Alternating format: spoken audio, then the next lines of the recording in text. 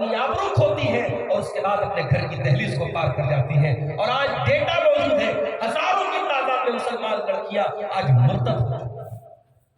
کیوں میرے بھائی؟ اسلام اتنا حقیر ہو گیا، ایمان اتنا سستا ہو گیا. کسی نے آئی لو یو بول دیا، کسی نے محبت کا اقرار کر دیا، کسی نے سوشل میڈیا پر آپ کی چند تعریف کر دی اور آپ نے اپنا دین اور ایمان سب بیچ ڈالا. اتنی حقیر تو ہماری شریعت نہیں ہے میرے بھائی، اتنا سستا ہمارا دین نہیں ہے. یہ بڑی قیمتی دولت ہے، یہ وہ دولت ہے جس کی حفاظت کرتے ہوئے سمیہ شہید ہے.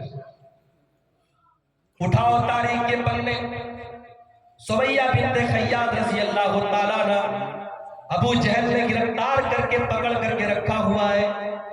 سامنے ان کے شوہر حضرت یاسر کو بھی باندھ کے رکھا ہے، سامنے ان کے بیٹے عمار کو بھی باندھ کے رکھا ہے. اے سمیہ تو محمد کا دین چھوڑ دے، تو ایمان چھوڑ دے، ہم تجھے ستانا چھوڑ دیں گے. او میری پیاری ماں بہنوں، سمیہ کوئی 20 سال کی لڑکی تو نہیں ہے، جوان بیٹے کی ماں ہے، 50-60 سال کی بڑی عورت ہے. اس کو ابو جہل ستا رہا ہے، اس کو زنجیروں سے جکڑ کے رکھا ہے، اس کو تکلیفیں دے رہا ہے، اس کے ہاتھ اور پیر سے خون بہ رہا ہے. اے سمیہ، تیرے ایمان کا کیا کہنا، تیری استقامت کا کیا کہنا، تیرے صبر کا کیا کہنا. سمیہ کے بدن سے خون رس رس کر کے بہ رہا ہے، مگر سمیہ اپنے نبی کے دین کو چھوڑنے کو تیار نہیں. ابو جہل نے دیکھا یہ تو گھی آسانی سے نکلنے والا نہیں ہے.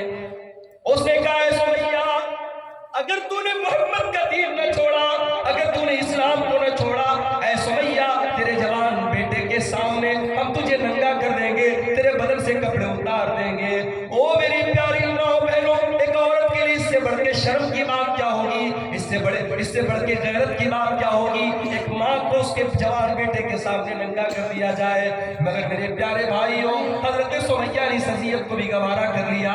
کہا ہے ابو جہل تجھے جو کرنا ہو تو کر لے، اب اسلام میرے دل سے نہیں نکل سکتا، اب ایمان میرے دماغ سے نہیں نکل سکتا.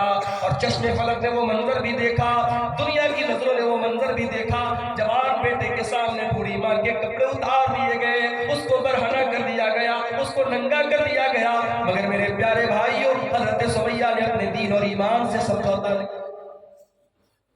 بڑی بے دردی کے ساتھ اور بڑی بے شرمی کے ساتھ اور بڑی بے غیرتی کے ساتھ ابو جہل نے نیزہ مار کر کے بڑے شرمناک طریقے سے حضرت سمیہ کو شہید کر دیا.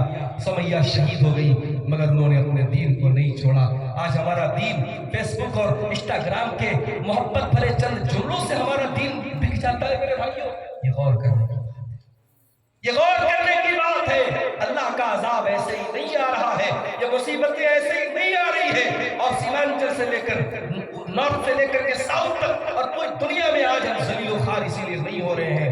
آج ہمارا ایمان واقعی میں کمزور ہو چکا ہے. آج اپنے حالات کو ہم دیکھتے ہیں تو ہمیں پیارے نبی کی حدیث یاد آتی ہے. اللہ کے پیارے نبی فرماتے ہیں یوشک الامم ان تداعی علیکم کما تداعی لکنۃ الی قصاتھا. اے مسلمانوں، تم سے پہلے کی امتیں تمہارے اوپر ٹوٹ پڑے گی. وہ زمانہ تم پر آنے والا ہے جب ساری قومیں تم پر ٹوٹ پڑیں گی. کما تداعی لکنۃ الی قصاتھا، جیسے بھوکے لوگ دسترخوان پر باری باری ٹوٹ پڑتے ہیں. صحابہ نے کہا من قلت النان یومئذ یا رسول اللہ، اے اللہ کے رسول کیا اس وقت ہماری تعداد کم ہوگی؟ آپ نے فرمایا اللہ بل انتم یومئذ کثیر، تمہاری تعداد تو بہت زیادہ ہوگی. وَلَكِنَّكُمْ تُطَاعُونَ كَغُطَاءِ السَّيْلِ، لیکن تم پانی کے اوپر جو جھاگ ہوتا ہے، سیلاب کے پانی کے اوپر جو جھاگ ہوتا ہے، تم جھاگ کی طرح ہو جاؤ گے. تمہاری کوئی ویلو نہ ہوگی، تمہاری کوئی طاقت نہ ہوگی. تم دیکھنے میں بہت سارے نظر آؤ گے، مگر ہاتھ لگاتے ہی جیسے جھاگ ختم ہو جاتا ہے تم ختم ہو جاؤ. کبھی غور کرنا، پانی کے اوپر جو جھاگ ہوتا ہے دیکھ کے کیا لگتا ہے؟ جتنا پانی اتنا جھاگ، مگر اس جھاگ میں کیا، اس کی اوقات کیا ہوتی ہے؟ اس کو ہاتھ لگاؤ ختم. اور جھاگ کا اپنا کوئی وجود نہیں ہوتا، پانی جدھر جا رہا ہے جھاگ ادھر جا رہا ہے. اللہ کے نبی نے کتنی پیاری مثال دی، مسلمانوں تم سیلاب کے جھاگ کی طرح. ایک صاحب کہنے لگے مولوی صاحب بیوی کے ساتھ ویلنٹائن ڈے منا سکتے ہیں؟ ہم کسی غلط لڑکی کو لے کے نہیں جا رہے، اپنی بیوی کو ریسٹورنٹ میں لے کے جا رہے، تجھے 14 فروری کی تاریخ کی کیوں نہیں؟ 15 کو بھی تو لے کے جاتی۔ کتنے مسلمان ہیں اچھی نوکری لگی، چند پیسے آ گئے تو ان کے بچوں کا برتھ ڈے منایا جائے۔ کتنے مسلمان ہیں شادی کی سالگرہ منا رہے ہیں، اینیورسری منا رہے ہیں۔ یہ اینیورسری کہاں سے آئی؟ یہ برتھ ڈے کہاں سے آیا؟ بچے کو چاکلیٹ پسند ہے، کبھی بھی دلا دو چاکلیٹ۔ بیوی کو کیک پسند ہے، کبھی بھی کیک کھلا دو۔ یہ سال کا تم نے دن کیوں خاص کیا؟ یہ پتہ ہے کہاں سے آیا؟ یہ ان لوگوں کے چونچلے ہیں جو سور کھانے والے ہیں، جو شراب پینے والے ہیں، جو زناکار ہے، بدکار ہے، حرام خور ہے، یہ ان کے چونچلے ہیں، اور ہم صاحب ان کے طریقے پہ چل رہے ہیں۔ اسی لیے اللہ کے نبی فرماتے ہیں لَتَتَّبِعُنَّ سُنَنَ مَنْ كَانَ قَبْلَكُمْ، تم ضرور اپنے سے پہلے کے لوگوں کے طریقے پر چلو گے۔ شبرم بشبر وذراعم بذراع، اگر وہ ایک بالشت چلیں گے تو تم بھی ایک بالشت چلو گے، اگر وہ ایک ہاتھ چلیں گے تو تم بھی ایک ہاتھ چلو گے۔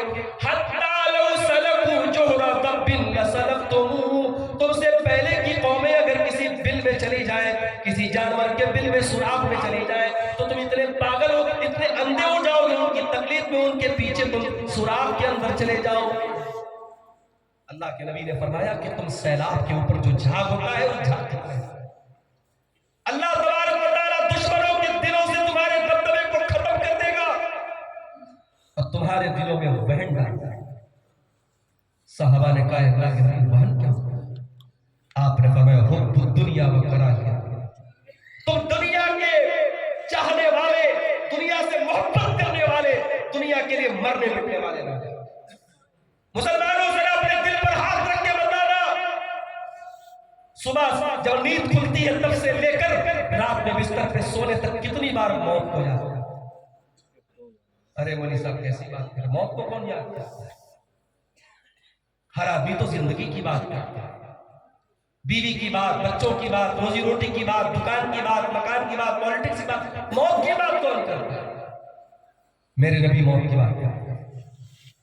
میرے نبی رات کو سو کر کے اٹھے، ام حبیبہ کہتی ہے اللہ کے نبی رات کو سو کر کے اٹھے، گھبرائے ہوئے، چہرہ بالکل خوف سے پیلا پڑا ہوا ہے، بالکل گھبرائے ہوئے اللہ کے نبی اٹھتے اور کہتے ہیں ایھا الناس، او لوگوں کان کھول کر کے سن لو، اذکروا اللہ، او لوگوں اللہ کو یاد کیا کرو، او لوگوں اللہ کا ذکر کیا کرو، جاءت الصاخہ، او لوگوں جاءت الراجفہ تتبعها الرادفہ، کب کبا دینے والی قیامت آنے والی ہے، جاء الموت بما فیہ، او لوگوں موت تم سب کو آنے والی ہے اور موت کے بعد کا منظر تم سب کو دیکھنا ہے۔ ہمارے نبی تو موت کو یاد کرے، صحابہ تو موت کو یاد کرے، صحابہ تو آخرت کی فکر کرے، اور ہم تو دنیا کے لیے مرے میٹے جا رہے ہیں، صبح سے لے کے شام تک دنیا کے لیے ہائے دنیا کیے چلے جا رہے ہیں۔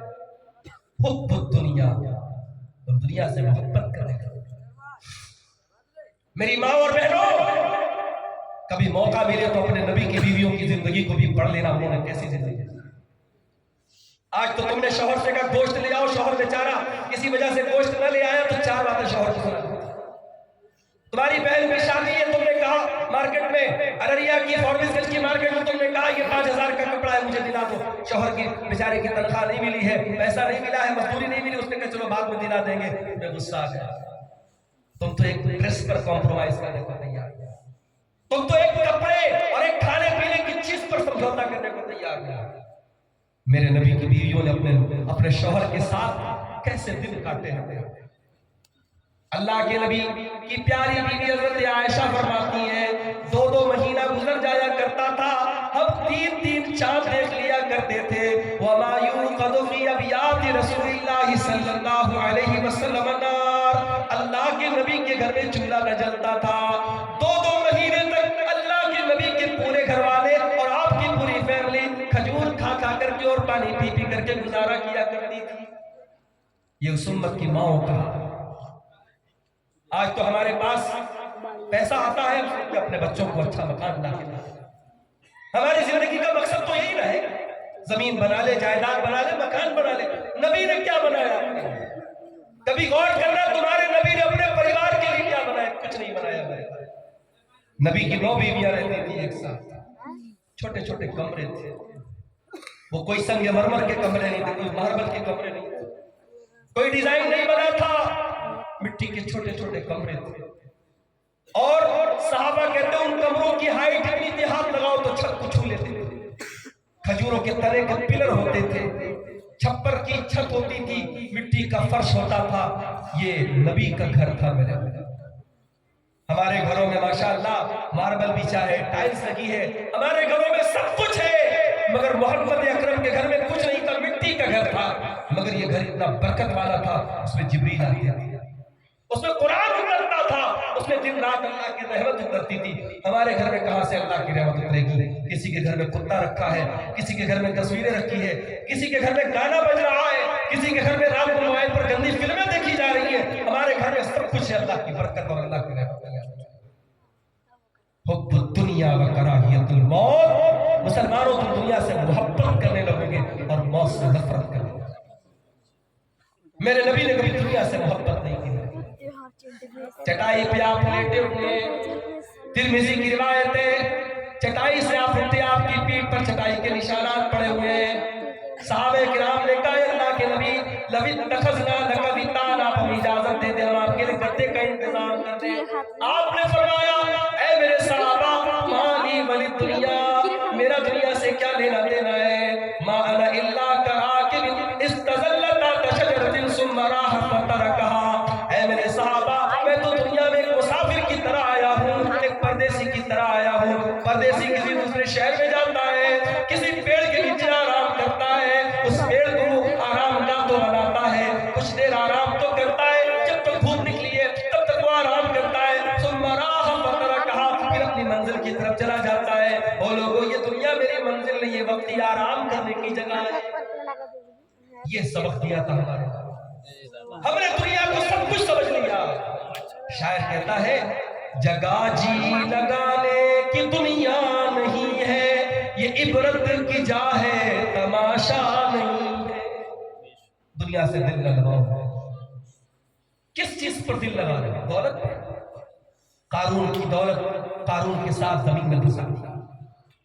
حکومت کرنے والے آج حکومت پر ناز کر رہے، بڑے جوڑ توڑ ہو رہے، الیکشن قریب آنے والا ہے، کب کون کس پارٹی میں چلا جائے کچھ پتا نہیں، کس کو خرید لیا جائے کس کو ڈرا دیا جائے کوئی بھروسہ نہیں۔ حکومت پر انسان ناز کرتا ہے۔ فرعون سے بڑی حکومت ہے کیا؟ بہت بڑی حکومت تھی فرعون کی، لیکن ساری حکومت کے ساتھ دریاؤں میں ڈوبو کر کے مار دیا گیا۔ خوبصورتی بغیر ناز کرتے ہو، بڑا خوبصورت تھا ابو لہب، کبھی جا کر کے پڑھنا سیرت میں ابو لہب کیسا تھا۔ ابو لہب کا نام ابو لہب کیوں پڑا؟ انگارے کی طرح گورا چٹا چمکتا، بہت خوبصورت تھا، مگر نبی کا دشمن تھا۔ اور جب نبی کا دشمن تھا تو اللہ نے قرآن میں پوری سورت نازل کر دی، تبت یدا ابی لہب، تبت یدا ابی لہب وتب، ابو لہب کے دونوں ہاتھ ٹوٹ جائے، ابو لہب برباد ہو جائے۔ ما اغنا عنہ مالہ وما کسب، ابو لہب کا مال اس کے کام نہ آیا، ابو لہب کی کمائی اس کے کام نہ آئی۔ تو گورا پن اور خوبصورتی کام نہیں آئے گا، دولت کام نہیں آئے گا، کام آئے گا آپ کا عمل، آپ کا ایمان، آپ کا تقویٰ۔ ملک کے موجودہ حالات میں ہم سب کی ذمہ